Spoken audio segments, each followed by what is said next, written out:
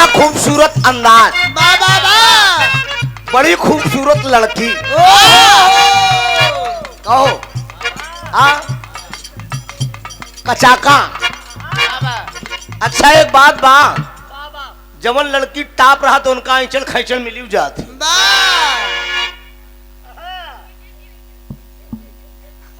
समझे भैया? हरे हम क्यों को कहा तो नहीं, ये बात ना ध्यान दे आप सब, केवल हम ये किस्मत की बात होत है। लपेटुआ हरन का गचाका मिले थे। एक बिरहा हमारा आए बल लपेटुआ चला ससुराल। इशारा हो कोनो खूबसूरत लड़की के एक लड़का सुघराई का वर्णन करता।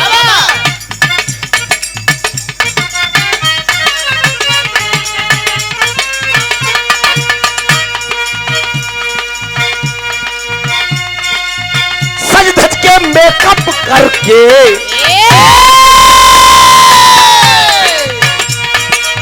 सज धज के मेकअप करके सुंदर लागेलू।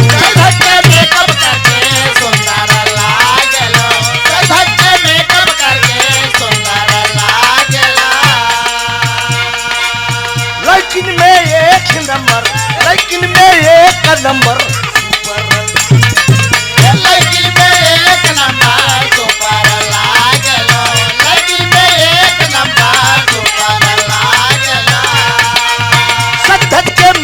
करके सुंदर लागेलू।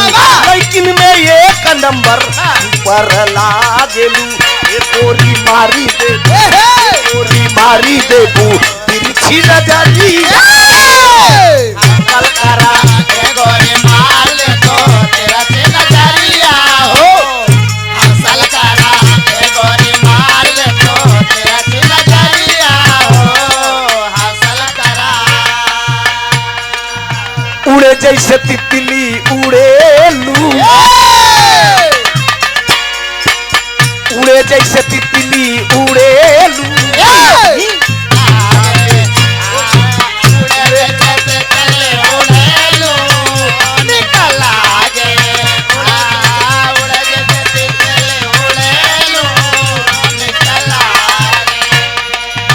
चांद अंगड़ाई जब बुलेलू, चांद अंगड़ाई जब बुलेलू। जागे चांद अंगड़ाई जब बुलेलू।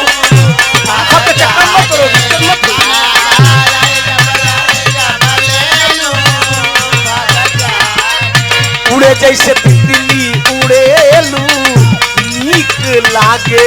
चांद अंगड़ाई जब बुलेलू भाग जागे।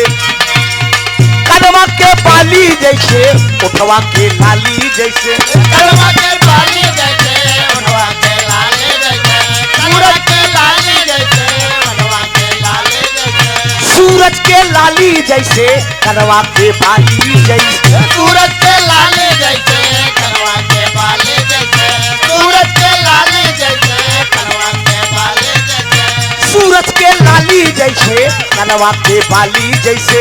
लटके कमार तोहर फुलवल के डाली जैसे। ए गोरी मारी देबू, ए गोरी मारी देबू तिरछी नजरी।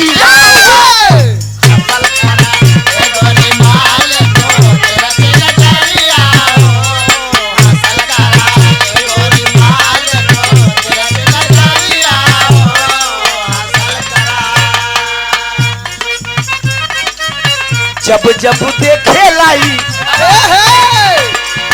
जब जब देखे लाई ततवा से काटेली अपुरिया। जब जब देखे लाई ततवा से काटेली अपुरिया। जब जब देखे लाई ततवा से काटेली अपुरिया। पाँव का पयलिया एकर, पाँव का पयलिया एकर छाती पे गिरावत बाप जोरिया। पाँव के पयलिया एकर छाती पे गिरावत बाप जोरिया। पाँव के पयलिया एकर छाती पे गिरावत बाप जोरिया। जब जब देखे लाई ततवा से काटेली अगुरिया। पाँव का पयलिया एकर, पाँव का पयलिया एकर छाती पे गिरावत बाप जोरिया। रोज रोज हमरा के तंग करेली, रोज रोज हमरा के तंग करेली। गुलशन हो ए भाई हो पगली पसंद करेली, ए भाई हो पगली पसंद करेली,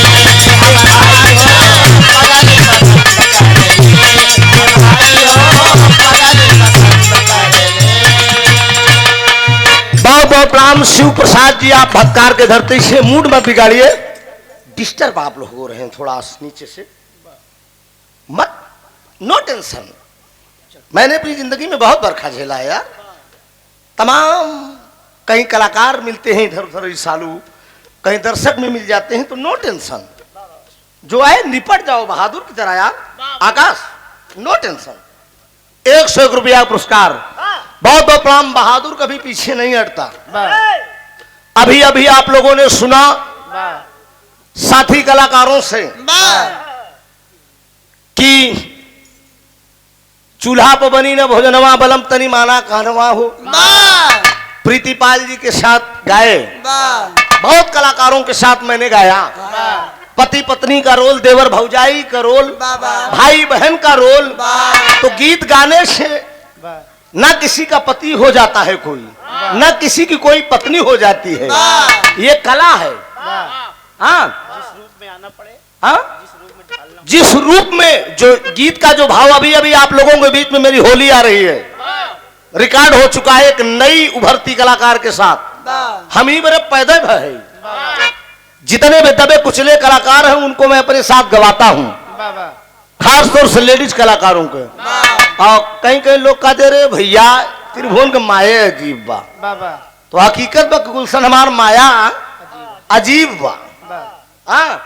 सावित्री मौर्य एक लेडीज कलाकार है, प्रतापगढ़ जनपद की, बड़ी खूबसूरत है वो भी। होली, एक मिनट, होली की रिकॉर्डिंग आप लोगों के बीच में जल उनके साथ 4-5 गीत मैंने गाया है। अरविंद आवे वाला बा, एक ही धुन इस समय बड़ा जोर मचाए बा, नाचे गावे तोरे तान हुई की दुनिया राखे मान। यह बात फिल्मी कलाकारों ने इसको गाया है। क्या मुन्ना?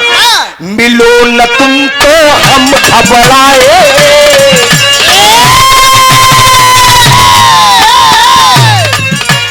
मिलो न तुम तो हम घबराए, मिलो तो आंख चुराए, हमें क्या हो गया है, हमें क्या हो गया है,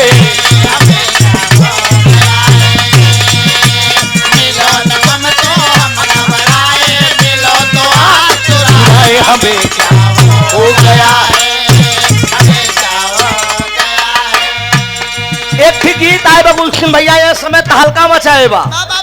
यह त्रिभुवन गावत है तो लोग कहते कि साला एकदम ऐसा करता है।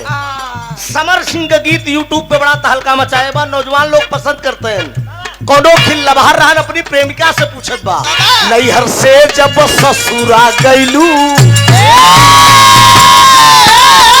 नैहर से जब ससुरा गईलू, कई बजे दिया बुतैलू, भतार संग काका कैलू, भतार संग काका कैलू, भतार संग काका कैलू, नैहर से जब ससुरा गईलू, कई बजे दिया बुतैलू, भतार संग काका कैलू, भतार संग काका कैलू।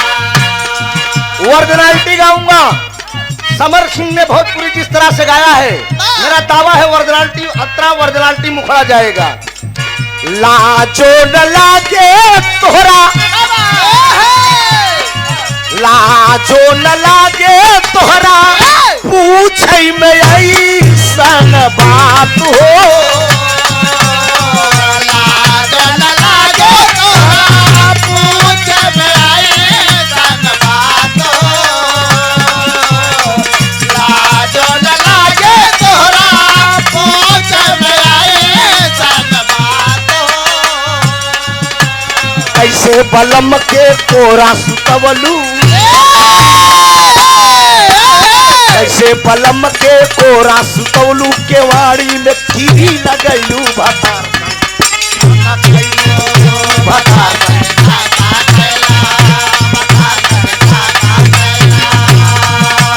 कैसे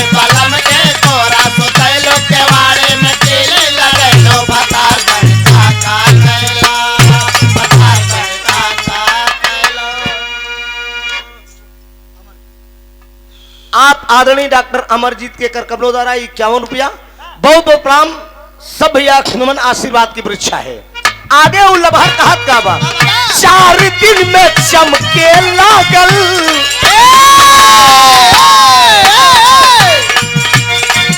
4 दिन में चमके लागल चेहरा लाई।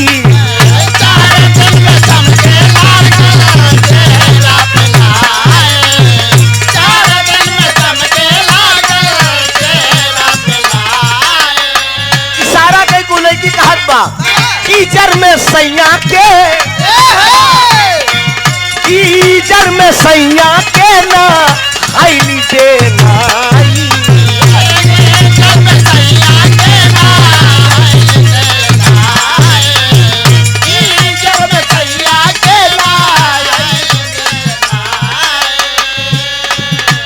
कई बेरी चोच से चोचल, कई बेरी चोच से चोचल लड़वलू गुलबिया चादर ओढ़ैलू भतार संग काका कैलू भतार संग काका कैला भतार संग काका कैला। कई बेरी चोच से चोचल लड़ैलू गुलबिया चादर ओढ़ैलू भतार संग काका कैला भतार संग काका।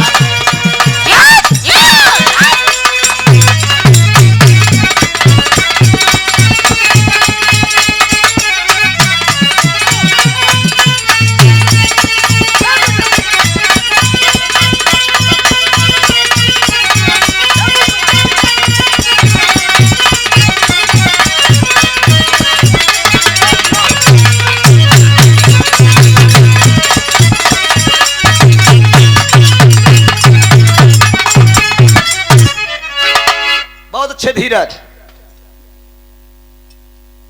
पिंटू डीजे ना, पिंटू डीजे भैया के करकड़ों द्वारा ई धुन पे कई बेरी चोच से चोच लड़ाउलू गुलबिया चादर ओढ़ौलू भतार संग काका कैलू काका। 51 रुपया दातार सुखी रखें। बड़का भैया हरा सुने वाले दोस्त बड़ा बढ़िया बिरहा सुने। अरे वाह बड़ा अच्छा लगा आप सुनकर। वीर रस के भाव में हर रस अब परता लगाया आप लड़कियां मर्दों से कम नहीं है, वही सुने ना। गुलशन भैया एरो से वीर रस हो चलता बा। आइए जैसा कि उधर से भी एक दास्तान आप लोगों ने सुना वीर रस के, एक वीर रस का बिरहा एरो भाई, यह बिरहा गाय के निकलेंगे हम।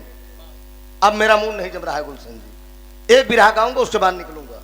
चलो बेटा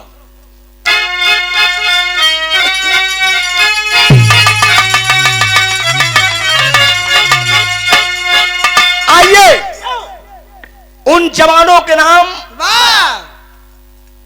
इस देश को आजाद करने के लिए अपनी खून चांद की बाजी लगाई। 4 लाइन की भूमिका है बेटा।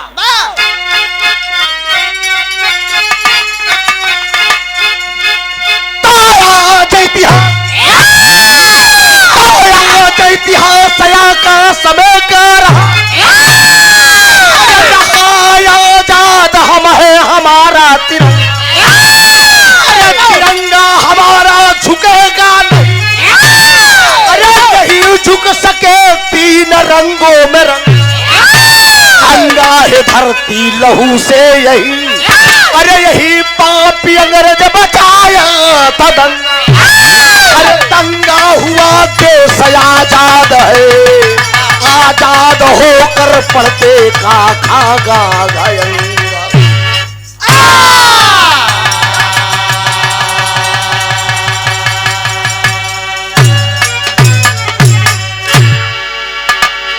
माय लॉर्ड गुलशन जी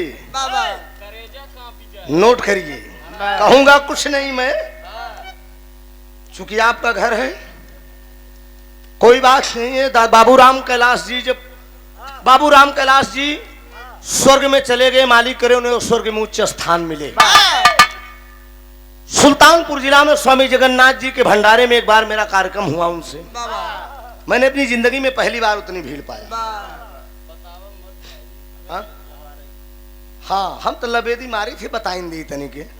तो बाबूराम कैलाश ने एक ही शिक्षा मुझे मंच पे दिए, कहन बेटवा जहाँ मूर्ख मिल जाए ना, हाँ जवन गवैया मूर्ख मिले भैया हम क्यों को कहा तो हत नहीं ध्यान आई उनकर बात। कहन जहाँ जहाँ मूर्ख मिले ना उनसे एकदम छोटवारे बन के काम करे। हाँ मेरे दोस्त, सुनने वाले दोस्त, बाबूजी, तो जहाँ मूर्ख मिले वह उनसे, हाँ जहाँ चतुर मिले उनसे तनी कुछ ज्ञान, हाँ वही कहावत कही अंधेरे के आगे रोवई दीदों को पानी खोवई। हाँ मेरे दोस्त, आज इतिहास में आकाश में गा रहा, पढ़े लिखे भाई होंगे गौर करेंगे, जिस अक्षर से खत्म उसी अक्षर से शुरू हुआ मेरा भूमिका। अनुप्रास अलंकार मेरी भूमिका की लाइन में थी। आज इतिहास से आकाश में गा रहा आजाद हम है हमारा तिरंगा, तिरंगा हमारा झुकेगा नहीं, नहीं झुक सके तीन रंगों में रंगा, रंगा है धरती लहू से यही, अरे यही पापी अंग्रेज मचाया था दंगा, दंगा हुआ देश आजाद है, आजाद होकर पढ़ते काखा गा गायंगा। बाबा भीमराव अंबेडकर साहब संविधान न बनाए होते तो आज हमारे आपके बच्चे पढ़ने से मोहताज होते, शिक्षा से वंचित होते। ऐसा संविधान के अंदर बताया गया बाबूजी। देश आजाद हुआ, वही से एक कहानी ली गई है, एक लाइन भाव है बेटा।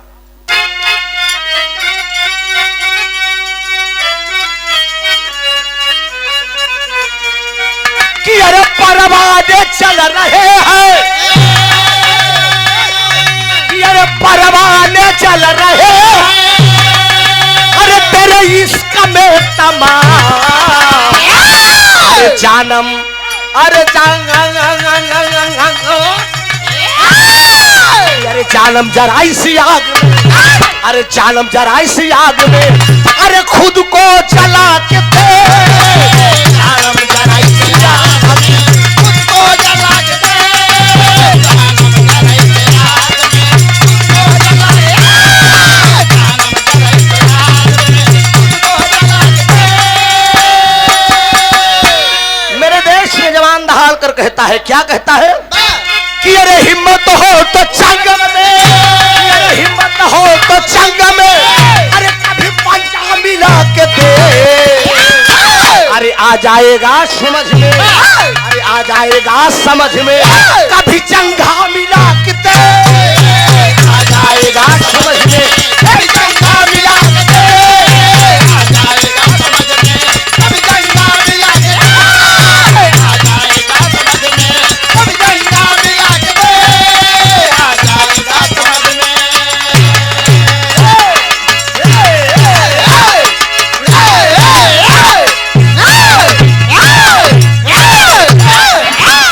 बस इहो गुलशन देखला कुछ कहा बना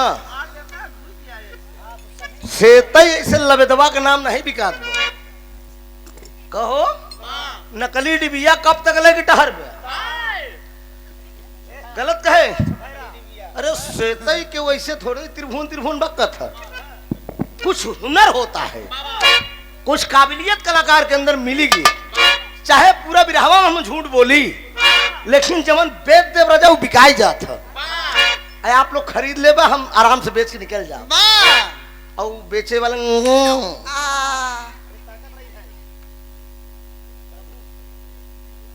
प्रभु जी फटकार सिंह भैया कटका से बहुत सुनाया पुरस्कार, बहुत बहुत प्रणाम, आशीर्वाद वृक्षा है। गुरु जी बताओ, हटो कहिए निकाह से फेंक दे, हो करता है तावबाजी में, और बार बहादुर इशारा है, कहा गया कि शेर हाथी चली जाए कुत्ता भौंकत रहे, हाँ कोई गम नहीं हाथी को, इशारा है, कहानी यहीं से शुरू है। तरदार दारा दारा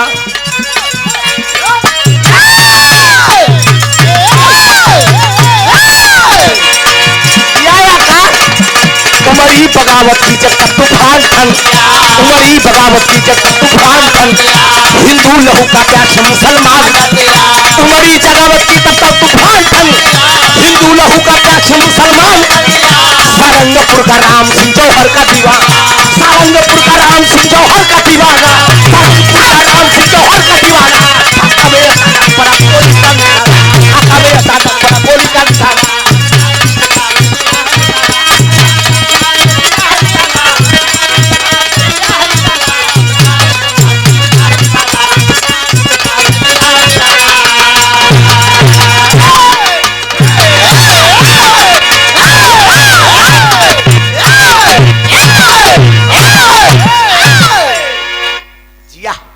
और मारा पट्टा आज मिला बम मारे के मौका माल ले, हाँ? वैसन मार के कल लाए। ए बाबूजी, कहानी पर गौर करवा नहीं, कहीं खाली बनारसियों के लिए मार चिल्लात है। गौर करेंगे, हिंदुस्तान मेरा आजाद हुआ, आजादी मिली। आजादी मिलने के बाद एक बार हिंदुस्तान और पाकिस्तान का बंटवारा हो रहा था। बंटवारे के दरमियान में कुछ धोखे से हिंदुस्तान के लोग पाकिस्तान में छूट गए थे और कुछ पाकिस्तानी हिंदुस्तान में थे। आबाद की दिया गया, तो हिंदुस्तानी अगर पाकिस्तान में हो अपने वतन को जा सकते हैं। जब इशारा कर दिया गया, गौर करेंगे, उस लड़ाई के दरमियान में मेरे देश का एक जवान था जिसका नाम बताया गया फौजी राम सिंह सरोज। इसी पासी खानदान की गाथा है। फौजी जवान था, फौजी राम सिंह सरोज की पत्नी का नाम तारा देवी बताया गया। 2 बच्चे हैं, भगवान का देन। 2 लड़का, एक है बड़े वाले लड़का का नाम रंजीत, छोटके वाले बेटवा का नाम मंजीत। ध्यान देंगे, कहानी स्पष्ट हुई एकदम। ढाका में गोली लगी उस जवान को, फौजी राम सिंह सरोज को गोली लगी, वो शहीद हो गया। और जब शहीद हो गया तो वो तारा देवी जो उसकी बीबी थी फौजी राम सिंह की, वो अपने दोनों बेटों को लेके पाकिस्तान से हिंदुस्तान की तरफ चल रही है। कट्टरपंथी उसके पीछे लग गए। पकड़ लो साली को, इसकी आबरू लूट लो, जान से मार दो दोनों बच्चों को। गौर करेंगे बाबूजी, वो तारा देवी अपने दोनों बेटों को लेके भागते भागते उसी पाकिस्तान के अंदर एक मस्जिद मिली। उस मस्जिद के अंदर एक मुल्ला जी बैठे रहे। मुल्ला जी के सामने हाथ जोड़कर वो अबला एक बात कहती है, मजहब नहीं सिखाता है आपस में बैर करना। ये कोई जरूरी थोड़ी क्यों है कि आप, मैं अगला मुस्लिम है, मैं हिंदू हूँ। इंसान के अंदर इंसानियत होनी चाहिए बाबूजी। बाबू राम कैलाश बतावत रहे बड़का भैया की जेकर क्रोध आवत है, समझाऊ राक्षस आटे। भगवान के अंदर कभी क्रोध नहीं आवत, जैसे हम है, हमरे अंदर जनती क्रोध नहीं आवत। और जब आई याक्ष ने फिर फरसे चलाई थी, संघारे करी थी। और रावण को देखा कितना गुस्सा रहन, ये चिल्लाए ससुर नाश कह दे मारे 70 पूत न 72 राती जे करे रह गए दिया न बाकी। अरविंद चिल्लाए, पकड़ लो इस बंदर को। बंदर को तू का तो हर पूरा खानदान न पकड़ पाई, मारी एक पूत नहीं पूरी जा गया। ए बाबूजी, भाग रही है। मुल्ला जी जब मिलते हैं, आवाज देती है, क्या एक लाइन तर्ज है,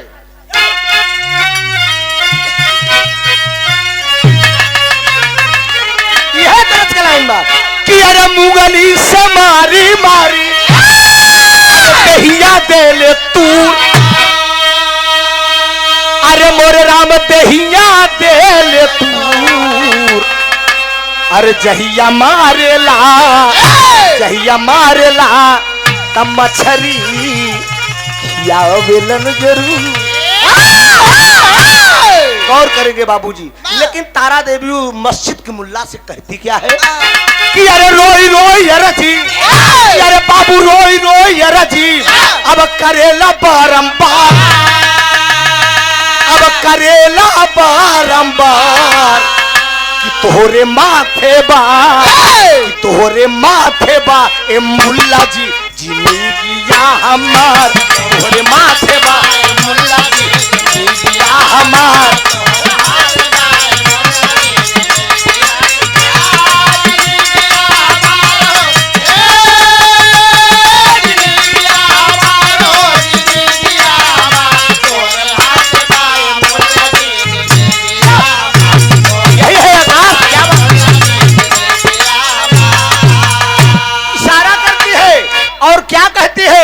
कि सीमावा अरे सीमावा पे स्वामी हमारे हो गईले कि सीमावा पे स्वामी हमारे हो गईले चादय सूरज गोदी कि चादय सूरज गोदी दुई गो सूरा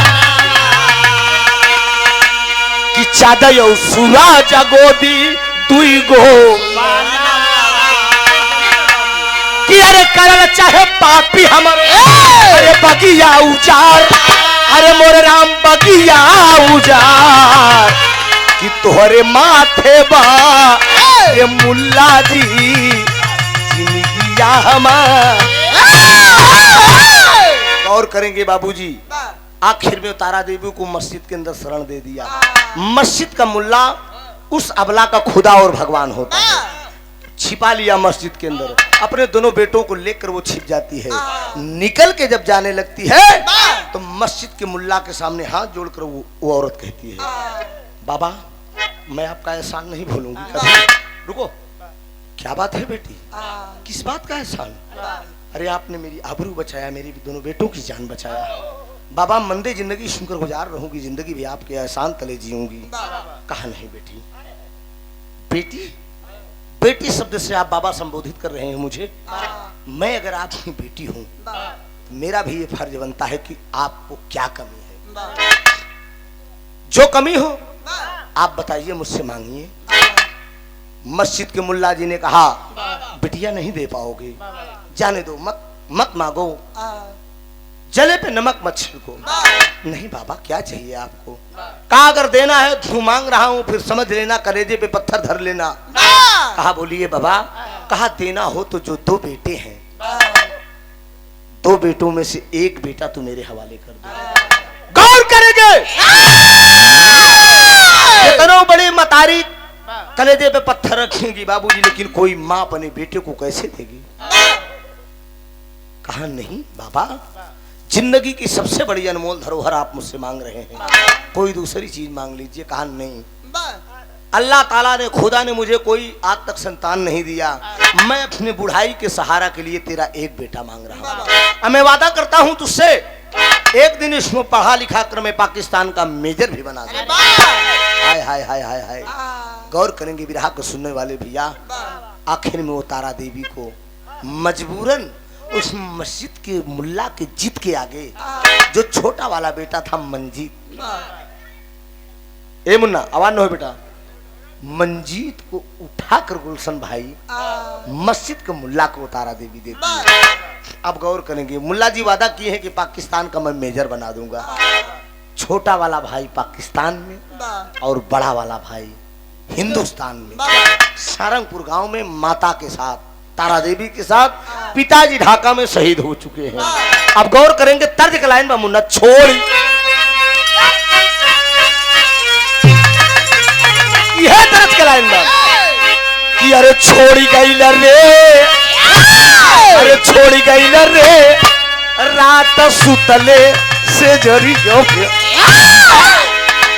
यह लाइन बा हर कमारा करा कि छोड़ी गई रे रात सुतले से जरी जा पे।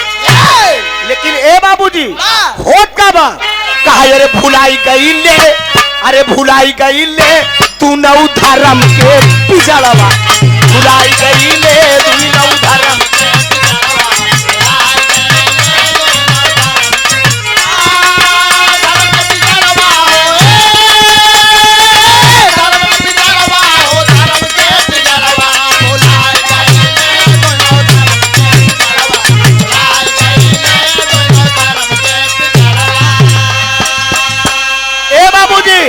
रंजित बिरनमा अरे अब घरवा पे यही ले अब मंजिल सुगनमा अरे मजीद होई गईले अरे इस्लामी मजहब अरे कबूल कैलन तू नौ धर्म के पिजड़वा। गौर करेंगे बाबूजी, इस्लामी मजहब को कबूल कर लिया। उस पाकिस्तान के अंदर उस लड़के का नाम जाकर बाबूजी मंजीद से मजीद अली पड़ गया।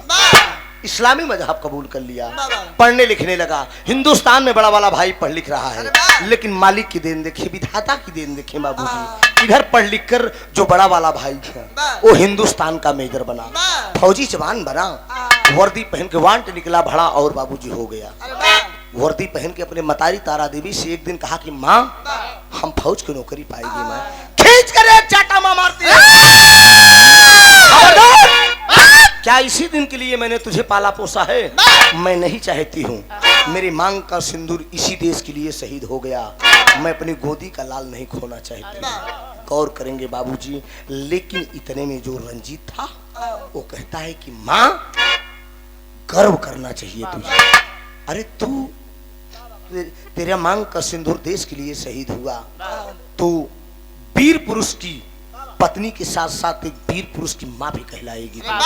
अरे बहादुर पिता का बहादुर हूँ बेटा, अरे बहादुर पिता का बहादुर हूँ बेटा, भला पीछरण में दिखाऊंगा कैसे आज मेरे वतन का पुजारी, पूरा देश उनका रहेगा या भारी। मोहब्बत की बेड़ी जुदा कर दे माता, खुशी से ललन का विदा कर दे माता। ए माई, हमारे पिताजी देश के लिए शहीद हुए, तो गोदी का एक लाल भी शहीद हो जाएगा, क्या तुझे मंजूर नहीं है? मैं फौज की नौकरी करूंगा। मालिक की देन देखे नहीं माना, वो हिंदुस्तान का मेजर बना रंजीत, लेकिन विधि का विधान देखे उधर छोटा वाला भाई पाकिस्तान का मेजर बन गया। मुल्ला जी उसको पढ़ा लिखा कर पाकिस्तान का मेजर बना दिया। समय आया मेजर रंजीत घर पे आया है छुट्टी पे, ऐलान हुआ हिंदुस्तान और पाकिस्तान में लड़ाई छिड़ती है। तैयार हो? जब लड़ाई छिड़ती है मित्रों, तो जितने भी सैनिक घर गए थे छुट्टी सबको बुला लिया गया। मेजर रंजीत का आदेश आया, मालिक की देन देखिए बाबूजी, बड़ा वाला भाई अपने भारत की तरफ से, छोटा वाला भाई पाकिस्तान की तरफ से। जब चलते हैं तो क्या है बेटा,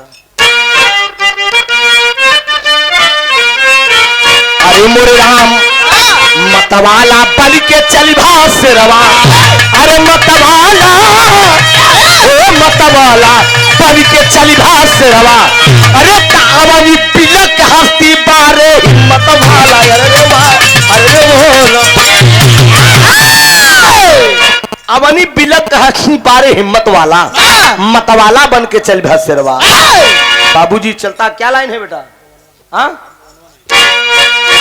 जवान मेजर रंजीत हिंदुस्तान की तरफ से लड़ने के लिए अपने जवानों को लिवा कर चल देता है। तो एक लाइन तर्जमा, हम गवन वाला ही जा,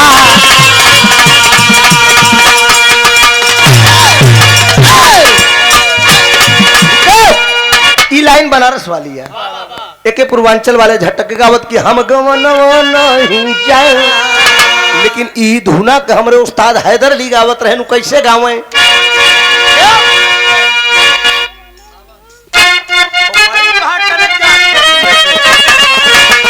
यही लाइन है बेटवा, खड़ा सीखे जावा करा करा। इलाहाबादी ज्यादा कठिन होता है, बनारसी में तो कुछ सीने दें देवो का हम जानते ही, इलाहाबादी देव।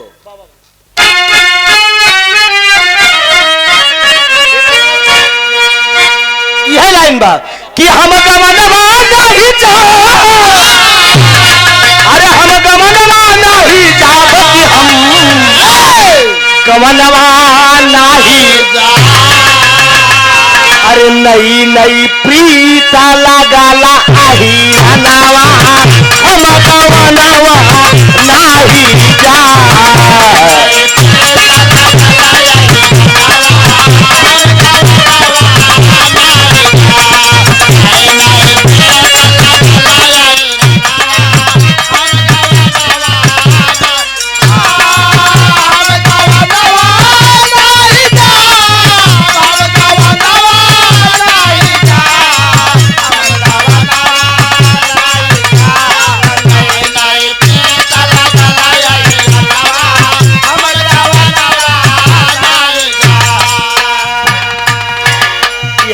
बा रुक के आराम से कहा यही राखी आवई पेड़ा मिठाइया तई का खियौबे बेई मानवा अरे केतनौ कहबे रहब यही रनवा हम गवनवा नाही जा यही लाइन है दोस्त। लेकिन बाबूजी बनारस वाले गाँव कि हम गवनवा नाही जा हम गवनवा नाही नहीं ने पीछे लगल यही रनवा नहीं ने पीछे लगल यही रनवा हम गवनवा नाही जा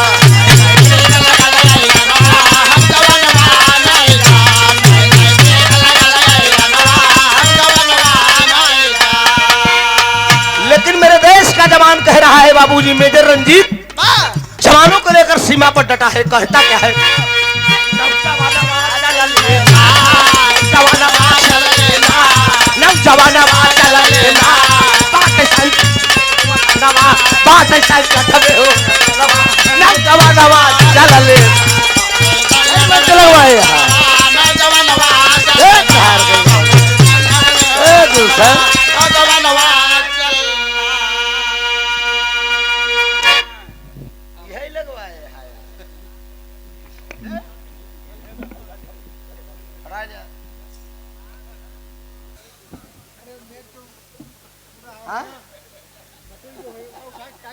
काहे बटूरी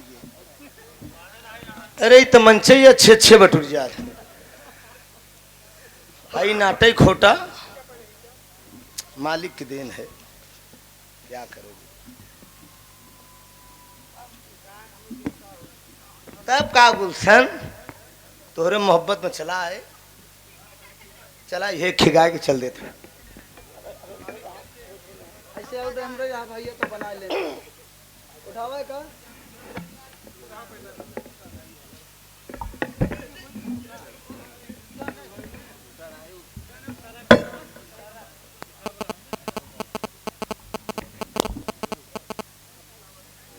डबल लीटर रखा चाहिए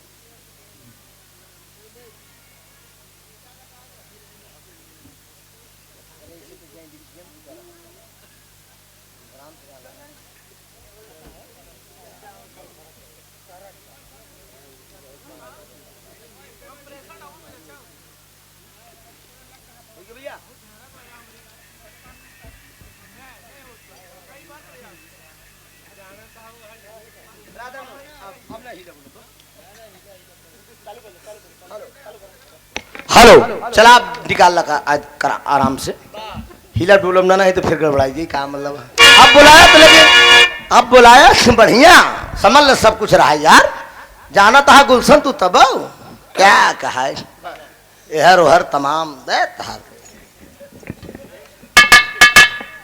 ए बाबूजी सारा कर दिया नौजवानवा चल लेना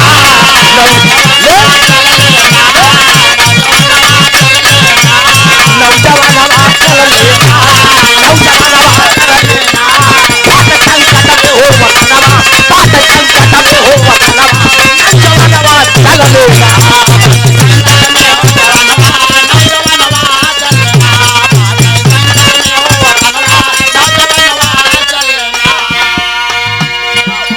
माई का दूध हो जाए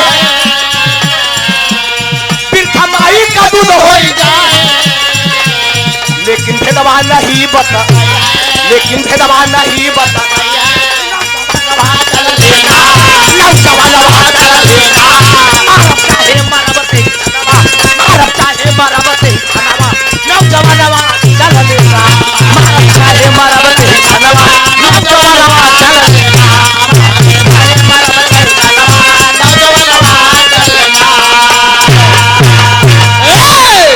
आवाज दे दिया मेजर रंजीत हिंदुस्तान की तरफ से लड़ रहा है अपने जवानों को लेकर लेकिन बाबूजी तबले खतरा हो गया पाकिस्तान का जो मेजर था मेजर मजीद अली वो अपने वतन पाकिस्तान की तरफ से लड़ रहा है लेकिन धोखे से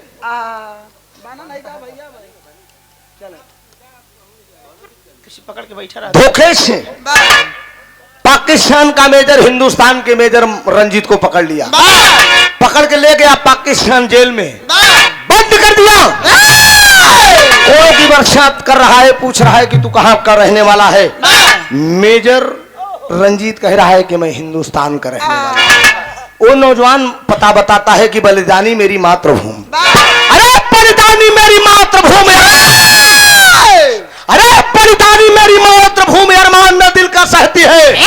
उस देश के ही हम वासी है जिस देश में गंगा बहती है। चूहे की औकात तेरी, अरे चूहे की औकात तेरी बिल्ली से नजर मिलाता है। गीदड़ का बच्चा साले गीदड़ है, तू शेर से लड़ने आता है। तेरी क्या औकात है बे? साले नहीं तो मैं हिंदुस्तानी हूँ। एकदम चापक तो निहुरे निहुरे भगवे कमीने साले नहीं तो तेरी मैया जाए तो हिंदुस्तानी थोड़ा से। हाँ तो जब तक आ हिंदुस्तानी में कहाँ बर्दाश्त कर कुत्ता कमीने सब बने जाओ। क्या तेरी मिसाल है? डिब्बे के दूध पीने वाले साले नहीं। क्या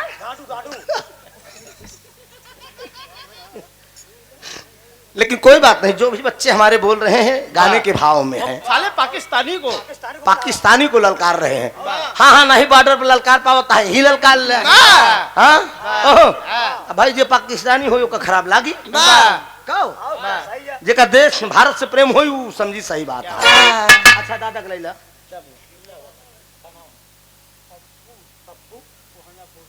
कोहनापुर कोहना फूलपुर पप्पू मिस्त्री बाबू के कर कमोदारा बाबू माया का पुरस्कार तातार सुखी रखे सब भैया लोग सुखी रहे। बड़का भाई इशारा कर दिया, कहा मेरे देश में गौतम बुद्ध रामकृष्ण की जन्मभूमि है, भारत देश के हम वासी हैं। क्या तेरी मिसाल है? तू क्यों पूछ रहा है मेरा पता? एक दिन की बात है बाबूजी, पाकिस्तान का मेजर सो के उठा है, गौर से निहारत बकत यार हिंदुस्तान का मेजरवा कर सकलिया एकदम हमसे मिलत जुलत बा। पास में पहुंचा मेजर मजीद अली कहने लगा रंजीत से कि भाई ये बता तू कहाँ का रहने वाला है? जैसे कोई जन्मों का मेरा तेरा रिश्ता है। रंजीत कहता है कि मैं सारंगपुर गांव का रहने वाला हूँ, हिंदुस्तान।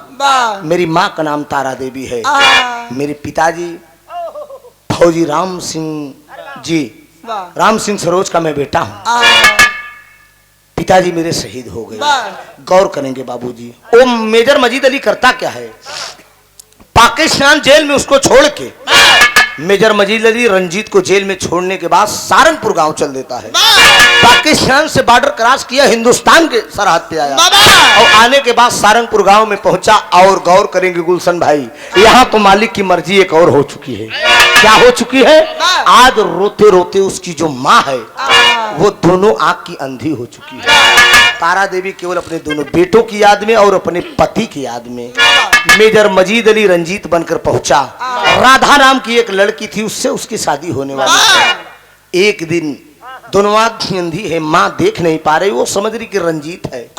एक दिन मेजर मजीद अली रंजीत बन के सवाल कर बैठा, माँ तुम्हारे शरीर में सारा श्रृंगार मैं देखी थी मतारी, लेकिन अफसोस एक बात के ये मतारी तुम्हारे मांग में हम कभी सिंदूर नहीं देखे।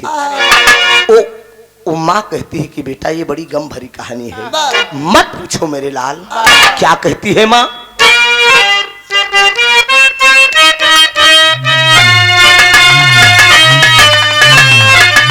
ये लाइन बा मल्लाह भाई लोग अपने नाय का पूजा नैया का पूजा करत की गावे कि तो के चढ़ाओ पे मैया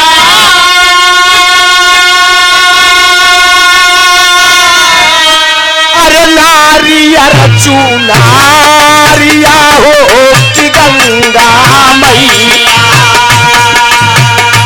पार कैदा हमारो नवारिया हो कि गंगा मैया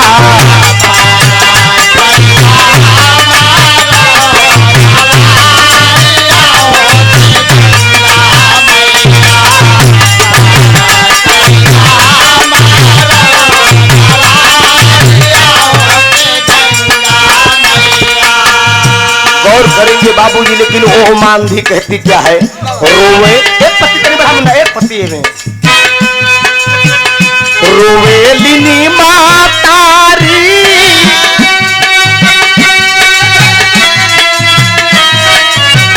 मोरा लाला लावा सुनीला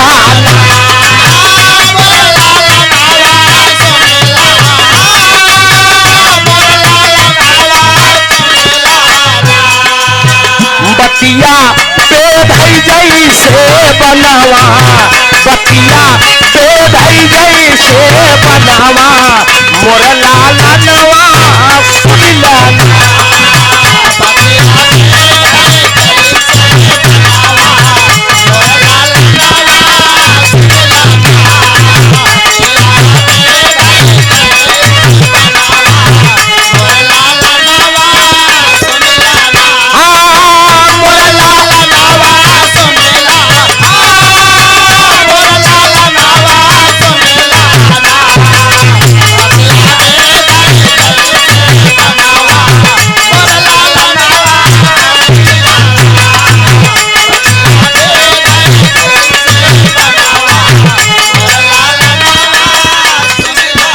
आदरणीय राम नारायण जी करोहा के धरती से 51 रुपया बहुत बहुत प्रणाम। फिर माँ क्या कहती है, सिमावा के पापू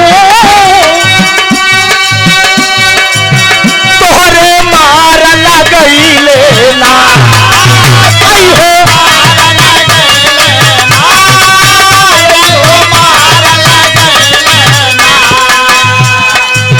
कुहू के पिजड़ा पीछे मायनवा कुहू के पिजड़ा पीछे मायनवा मोर लालनवा सुन लाला कुहू के पिजड़ा पीछे मायनवा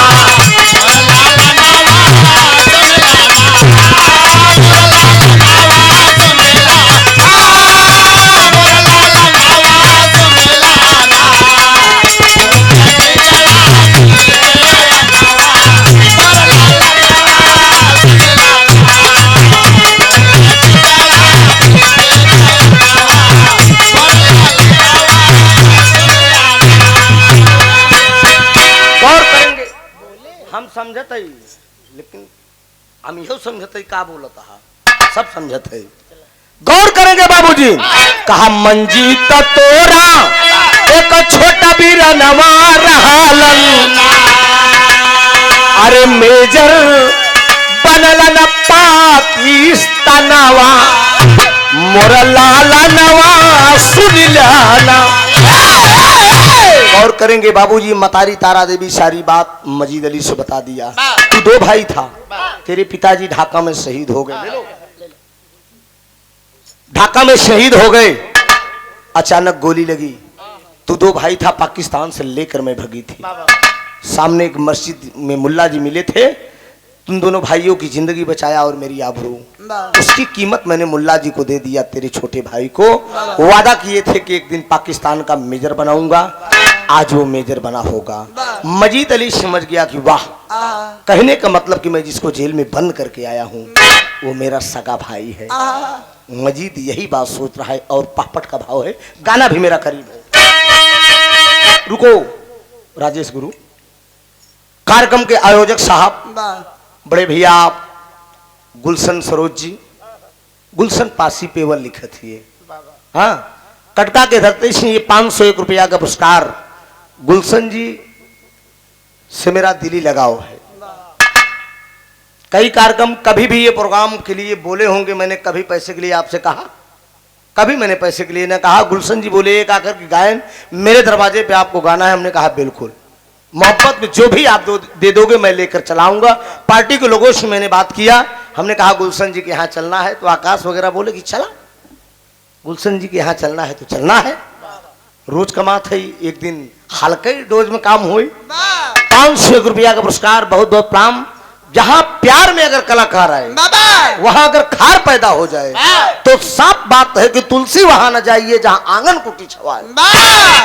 जहां सम्मान के साथ खिलवाड़ हो उसके साथ रहना नहीं चाहिए इंसान को।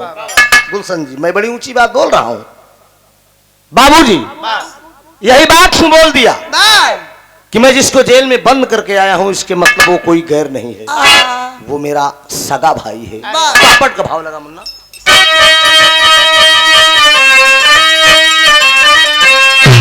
अरे दहल गया सुनमाई का रुदनवा छतिया फाटेला, अरे दहल गया सुनमाई का रुदनवा छतिया फाटेला, अरे ताल एक युग छतिया फाटेला।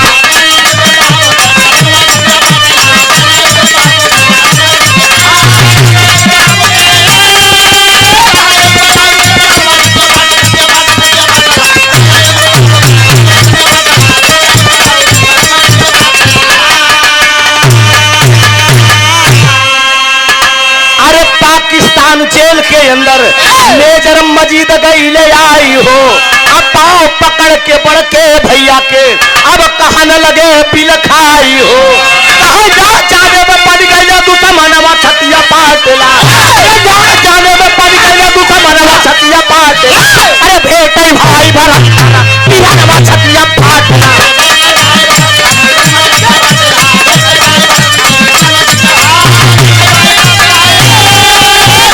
इसमें बाबूजी हाथ देखी देखा करते हैं तो उन्हें यकीन हो गया, उन्हें यकीन हुआ कि हम दोनों सगे भाई हैं। मेजर मजीद अली कहता है कि भैया आप यहाँ से फरार हो जाइए, नहीं कल ये पाकिस्तानी साले आपको गोली मार देंगे। कहा पगले जब भेद खुल गया तो जिएंगे साथ और मरेंगे साथ। मैं तुझे छोड़कर पाकिस्तान से हिंदुस्तान नहीं जा सकता। मजीद अली कह रहा है कि भैया राधा भाभी आपकी इंतजार कर रही है। आल्हा का भाव लगा, जवान को अपने भाई को फरार कर रहा है।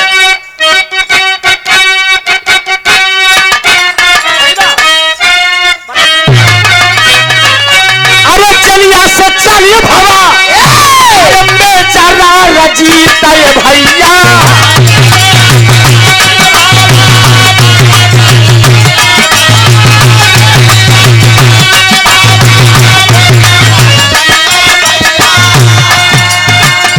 आगे का कहानियां तानी सुना माना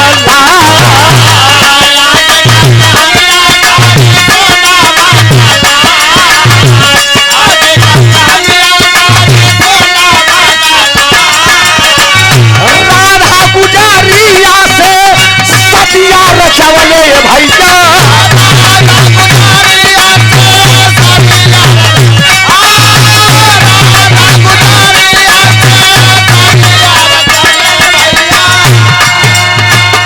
भरवा बाबू करला हताइया।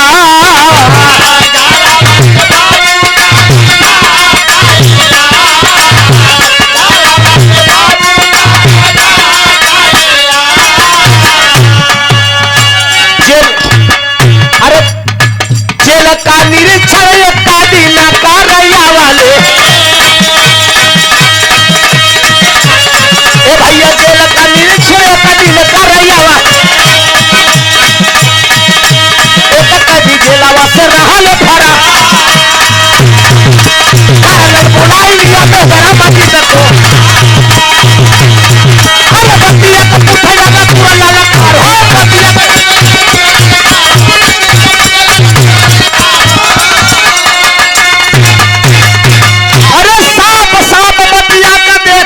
बताई। अरे नहीं तो हमको लियायब दे भाई चलाए हो।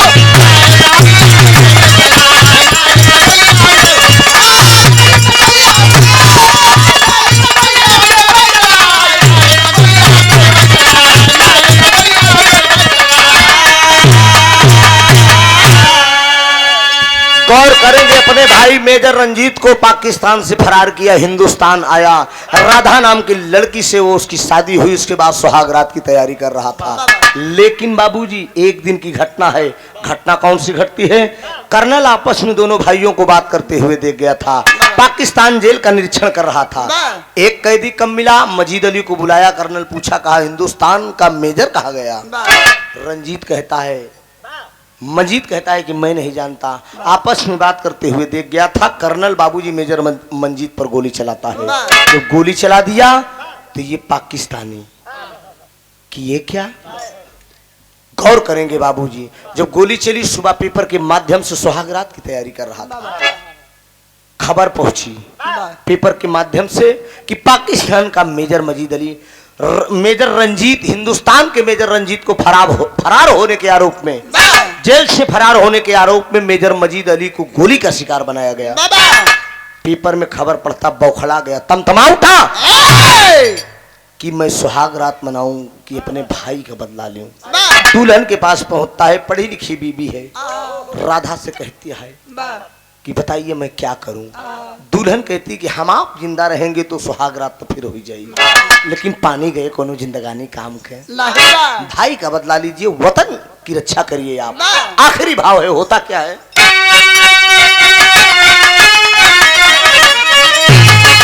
अरे ये कौन चोहली सुहागन, मेरे बाबू से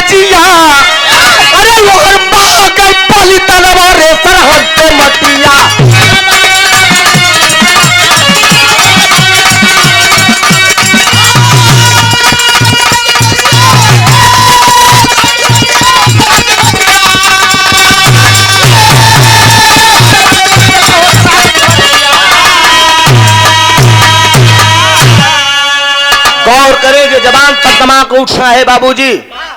35 घुसपैठियन के कैले बधनवा, अधोके से गोली लागा गिरी गया जवानवा।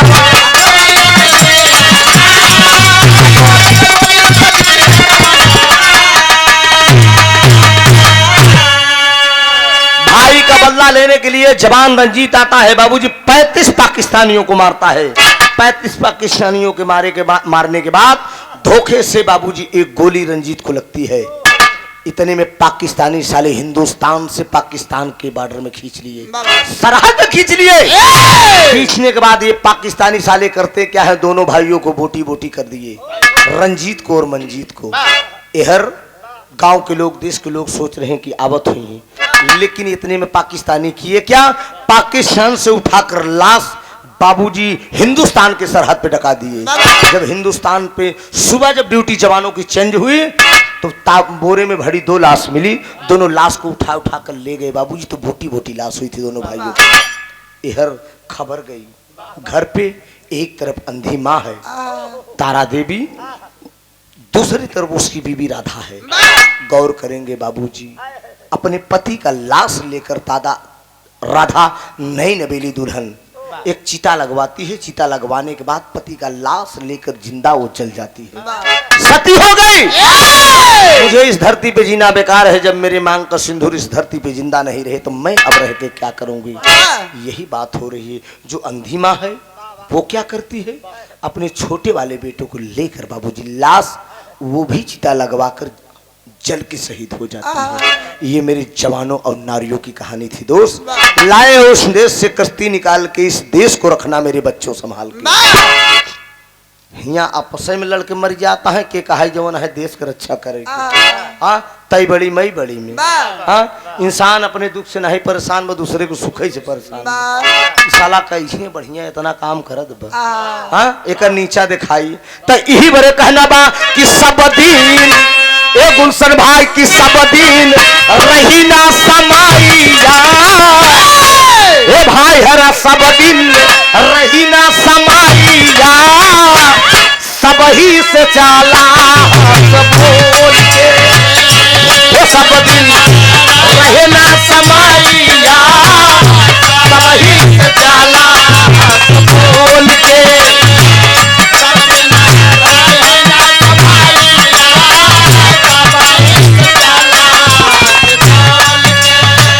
भंगुर संसार इन सवर जस पानी का पुल्ला, भंगुर संसार इन सवर जस पानी का पुल्ला,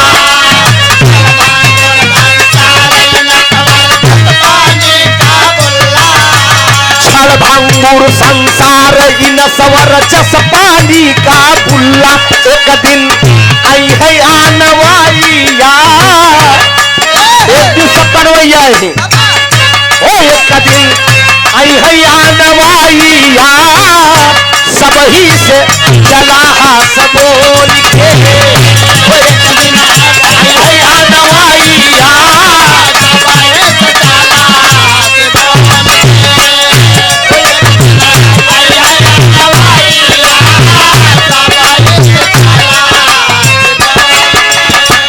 जल पावक गगन समीरा, पंच तत्व से रची शरीरा,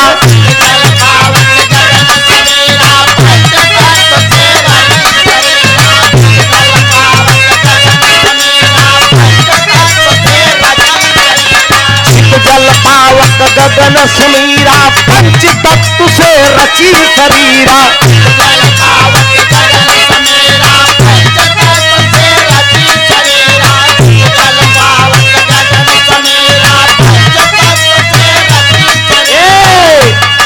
दिन आई है बुढ़ाइया, चाहे जितना करके बोले दिल हृदय कर दिया। एक दिन आई है बुढ़ाइया, सब ही से चाला सब बोल के, एक दिन आई है बुढ़ाइया, सब ही से चाला सब बोल के।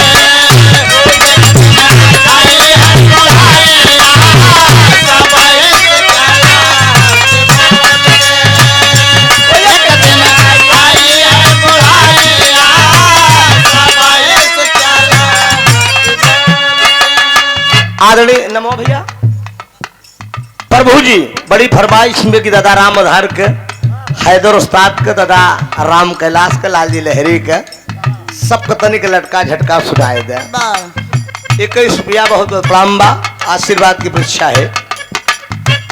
दातार सुनकर के सुनाई देते इशारा है दोस्त। मली मली मैल बदन के धोया और गुड़ भर के महल में सोया।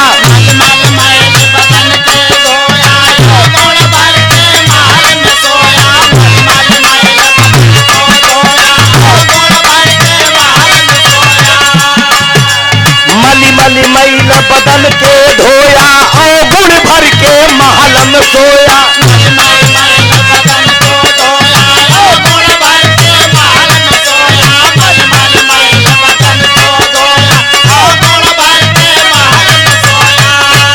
त्रिभुवन आई है मऊतिया, वो त्रिभुवन आई है मऊतिया, सब ही से प्याला सब बोल के। वो त्रिभुवन आई है मऊतिया, सब ही से प्याला सब बोल के।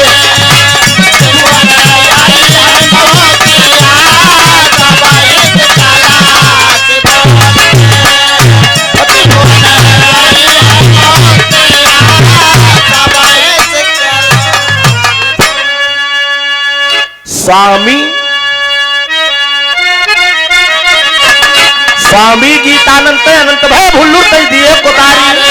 राजा राम आधार हैदर हफीज छिंचल गुरु अनिल की बल मतवाला बन के चलिभा से रवा। अरे त्रिभुवन पहनता सदा विजय का माला, मतवाला बन के चलिभा से रवा।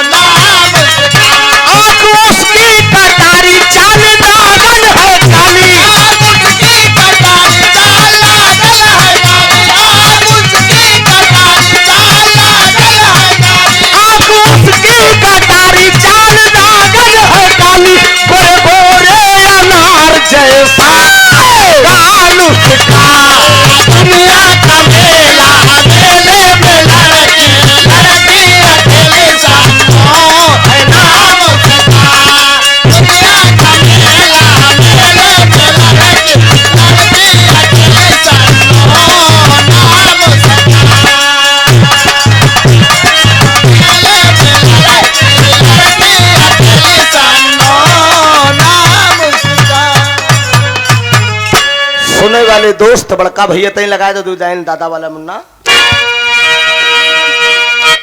दादा वाली बेटवा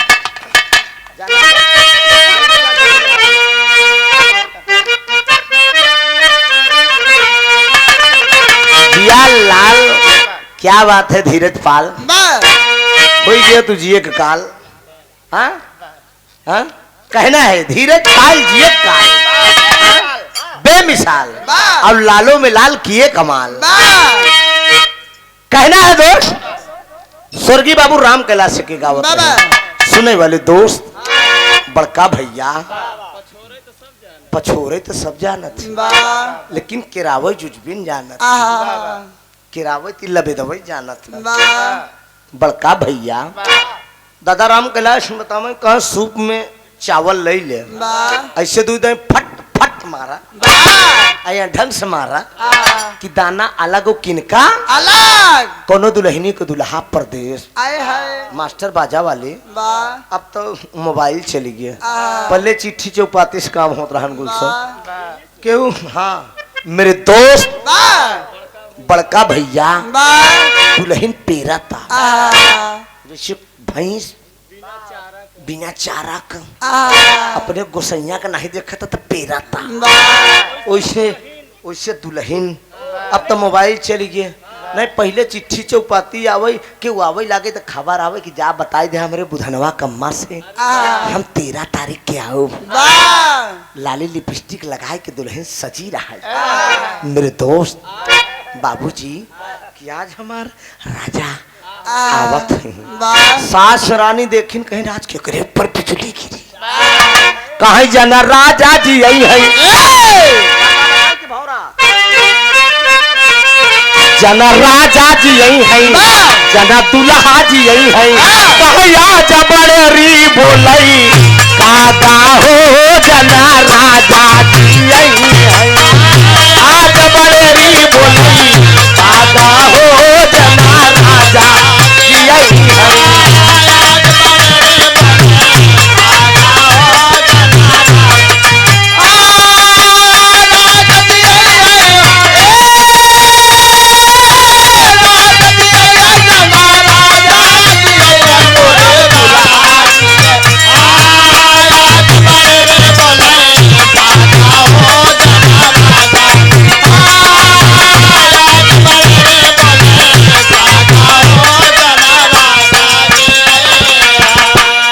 दोस्त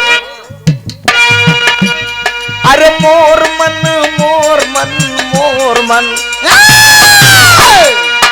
मोर मन सजवई से लागा हो जना राजा जी आई है। दादा राम कैलेश गाँव कहा कि बसऊ बांसुरी बजावई दादा गावत है रस रहन है वो झगड़ा नहीं करते रहे ऐसे टपकावत रहे। मेरे दोस्त झगड़ा करत हो कलाकार से तो 20 साल का सफर न मिलत बिरहा में ई पंच परमेश्वर के आशीर्वाद न मिलत बाबूजी। हम तो कही मैं 4 अखर करिए तब न बोला दुनिया मेरे दोस्त औकात तौले के कौने भाव में बा हम बाबूजी महापत्तल में खात हुई हमारे धन दौलत से का ले ला दे क्या का भैया हरा हमार हमरे 100 अवगुण भरा हो लेकिन एक गुण तो बा हमारे अंदर कलाकार है तोहार भाई से 1 लीटर दूध न दे हमार भाई से 1 लीटर दूध न दे का मतलब है मेरे दोस्त हाँ तोहरे तबेला लगा हो मेरे दोस्त तोहार भाई सब लागत हो से का ले ला दे के बा बाबूजी जहाँ प्यार बा प्यार संसार बा प्यार के में नहीं हो प्यार पति पत्नी में हो प्यार भाई बहन में हो प्यार ससुर पतोह में होता है बुढ़वा बुढ़िया में होता है बुढ़वा बुढ़िया में प्यार होता मेरे दोस्त तो यही बड़े कहना कि अम्माऊ बसऊ बांसुरी बजावई अम्माऊ बौरी बौरी आवई जियरा डोली डोली जा बांसुरी बजावई अम्माऊ बौरी बौरी आवई जियरा डोली डोली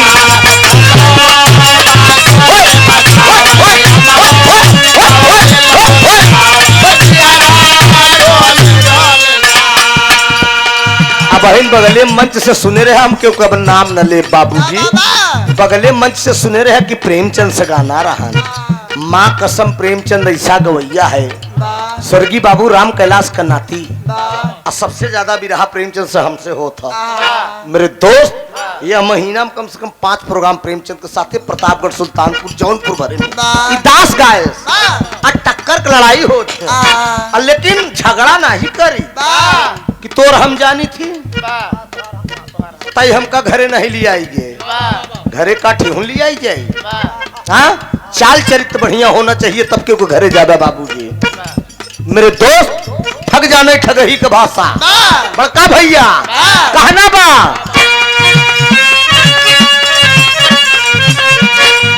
बसऊ बांसुरी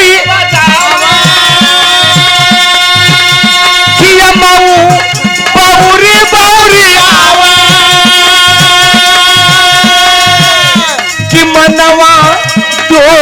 डोली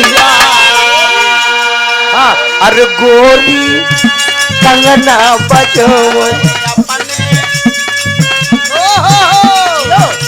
कि गोरी कंगना बजावे अपने बालम के जगह। दादा कहत रहे हम नहीं कहत रहे कि गोरी कंगना बजावे अपने दूल्हा के जगह कि मनवा डोली डोली गोरी कंगना बजावे अपने बालम के जगह कि मनवा डोली डोली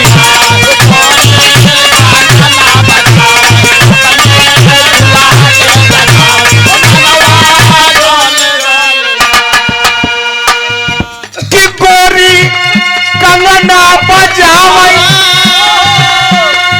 कि अपने बालम के जगावे कि मनवा डोली डोली जाए। कहना नहीं मेरे दोस्त, लड़कपन गुलशन भैया याद रखे बाबूजी, लड़कपन कट जाई जवानी कट जाई बिना मेहरारू के, जवानी कट जाई मेरे दोस्त बिना मेहरारू के, लेकिन बुढ़ाई न कटी मेरे भैया बाबू साहब। जीवन संगनी बिना, असली जीवन संगनी बिना बुढ़ाई न कटी मेरे दोस्त। काहे बरे ए बाबूजी, नाती पोता कितनो बुढ़ाई दाऊ बैठा रहा लेकिन एक लोटा पानी मांगत रहा देही, यही बरे कहना बा कि अरे बूढ़ा कि बूढ़ा हा? कि बुढ़िया बुढ़ऊ के जगह। सही बात है ना? हाँ, केहू पूछे या न पूछे, ए बचवा एक लोटा पानी दे दे, लेकिन बुढ़िया कहीं करे हाँ, कब से बुढ़ापा में छेरा मांगता तो नहान। कहीं बरे कहने कि बूढ़ा बुढ़ऊ के जगह वही अपने हाथे से किया वही मनवा डोली डोली जा, हाथ से किया वही मनवा डोली डोली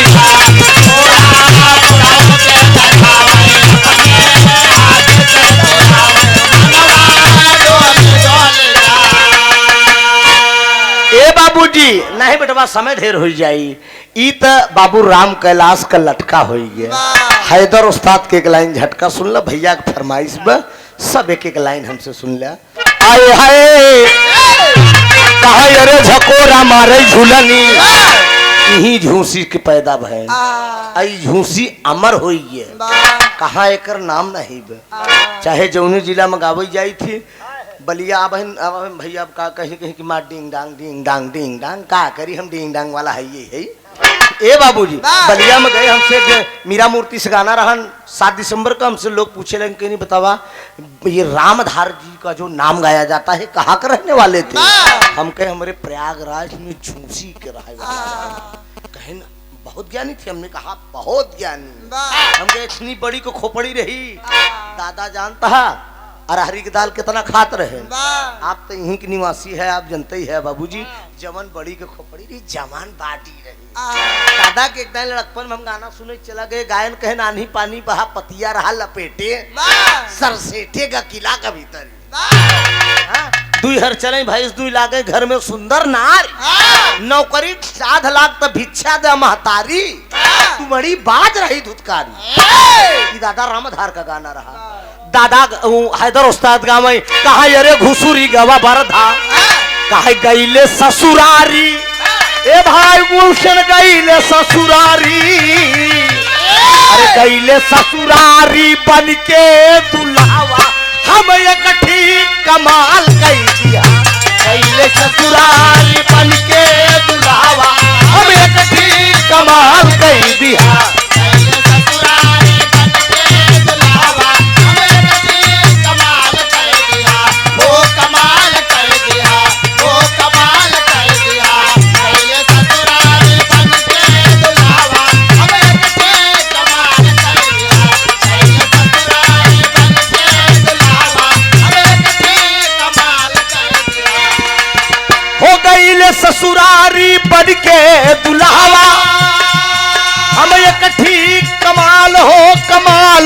कमाल कई दिया छोटका सरवा जब लावा पर चल ननका सरवा जब लावा पर चल हम लाल की रुमाल दे दिया छोटका सरवा जब लावा पर चल हम लाल की रुमाल दे दिया जो तार है निकलाएगा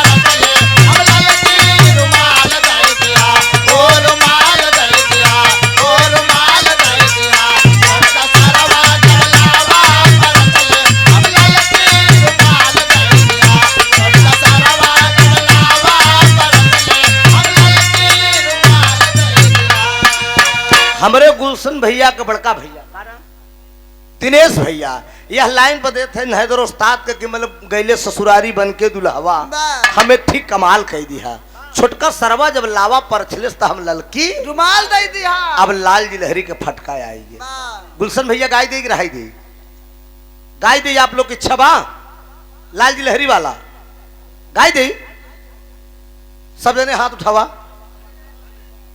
गाई तो भाई देखा क्योंकि हम भावना के ठेस नहीं मारे चाहते इसलिए कि थोड़ा लाल जी की जनता है अटपट गाना है लाल जी गावत की हाय हाय हाय हाय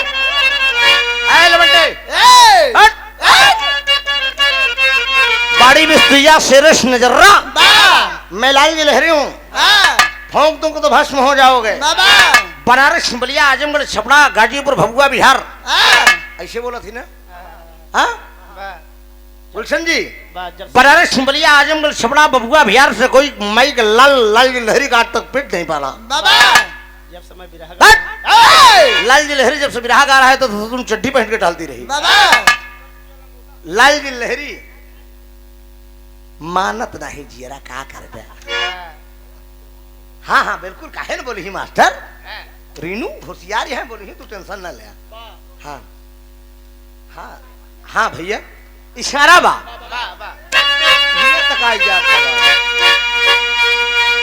हाय हाय हाय हाय अरे अबई गदेला बाटना अरे अबई गदेला बाटना सहीना पहु बेहरेली रेला अबई गदेला बाटना सहीना पहु बेहरेली रेला अबई गदेला बाटना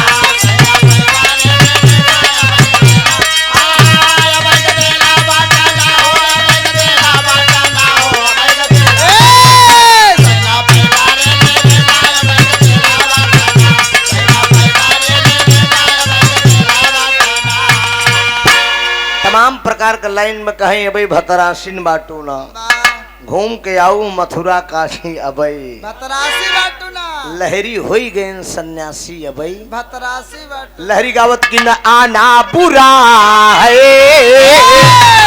लवंडे कहाँ ध्यान है तुम्हारा धरो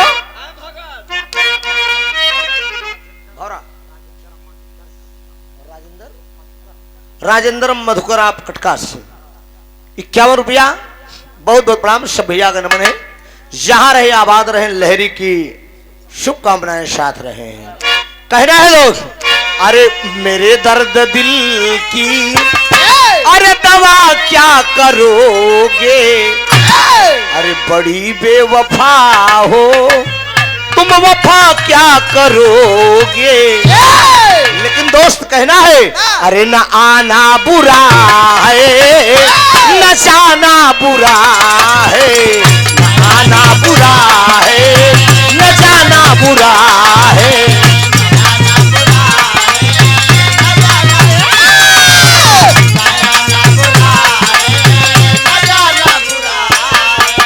न आना बुरा है और न जाना बुरा है असली बुराई क्या है दोस्त अरे हसीनों से दिल का लगाना बुरा है हसीनों से दिल का लगाना बुरा है हसीनों से दिल का लगाना है हसीनों से दिल का लगाना बुरा है कहे जी चाहे चाहे अरे पकड़ लूं मैं बाहों में मगर सोचता हूँ ये जमाना बुरा है मगर सोचता हूँ जमाना बुरा है।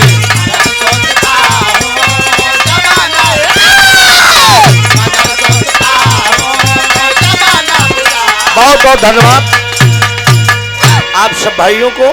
बहुत अच्छा आप लोगों ने प्यार दुलार दिया। गुलशन जी की भी व्यवस्था बढ़िया रही। अब हम निकलेंगे।